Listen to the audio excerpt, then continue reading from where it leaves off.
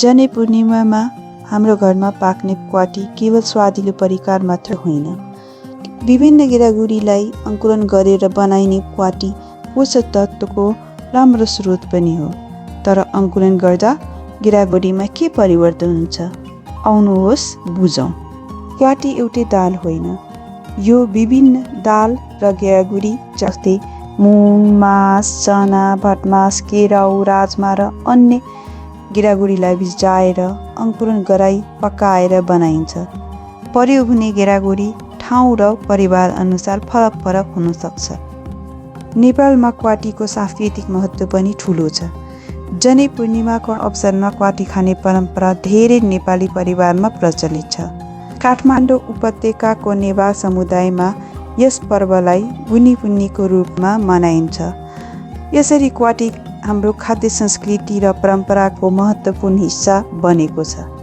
अब आउनुहोस् अङ्कुरणको विज्ञान बुझौँ। गेडागुडीलाई पानीमा भिजाएपछि बिउभित्र इन्जाइम एक्टिभिटी सुरु हुन्छ। एमाइलेजले स्टार्च ब्रेकडाउन गर्न र प्रोटिएजले प्रोटिन ब्रेकडाउन गर्न सहयोग गर्छ। फाइटेजले फाइटेट ब्रेकडाउन गर्न सहयोग गर्छ। क्वाटी विभिन्न प्रकारका गेडागुडीबाट बनेकोले यसको पोषक तत्त्व पनि प्रयोग गरिएको गेडागुडी अनुसार फरक हुन सक्छ। सामान्य रूपमा यसबाट protein, complex carbohydrate, dietary fibre, iron, zinc, calcium लगायतका मिनरल्स, भिटामिन्स र बायोएक्टिभ कम्पाउन्ड्स प्राप्त गर्न सकिन्छ। क्वाटी प्रोटिन र डाइटरी फाइबरको राम्रो स्रोत हो। यसमा प्रयोग गरिने विभिन्न गेडागुडीबाट प्राप्त प्रोटिनले शरीरको वृद्धि, तन्तु निर्माण तथा मर्मत र सामान्य शारीरिक कार्यमा योगदान पुर्याउँछ।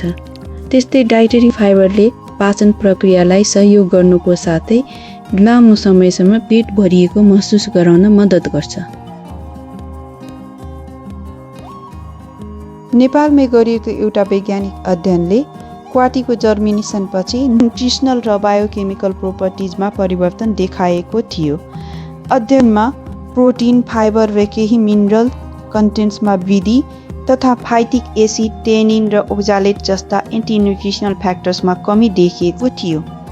तर परिणाम गेडागुडीको प्रकार र जर्मिनेसन कन्डिसन अनुसार फरक हुन सक्छ। तर अङ्कुरित गेडागुडीको सेवन गर्दा खाद्य सुरक्षा र सरसफाइमा विशेष ध्यान दिनुपर्छ। अङ्कुरणको लागि सफा पानी र सफा भाँडा प्रयोग गर्नुहोस्। तयार भएका अङ्कुरलाई लामो समयसम्म कोठाको तापक्रममा नराखी ताजा अवस्थामा प्रयोग गर्नुहोस् र राम्रोसँग पकाएर मात्र खानुहोस्। यसले हानिकारक सूक्ष्मजीवको वृद्धि तथा माइक्रोबियल कन्टामिनेसनको जोखिम कम गर्न मद्दत गर्दछ। त्यसले क्वाटी केवल जनै पूर्णिमामा खाने परिकार मात्र होइन, यो हाम्रो समृद्ध खाद्य परम्परा, विभिन्न गेडागुडीको विविधता र आधुनिक फुड साइन्सको सुन्दर संयोजन हो। अङ्कुरण प्रक्रियाले गेडागुडीको पोषणीय गुणमा सुधार ल्याउनुको साथै केही पोषक तत्त्व शरीरका लागि थप उपलब्ध बनाउन सहयोग गर्न सक्छ।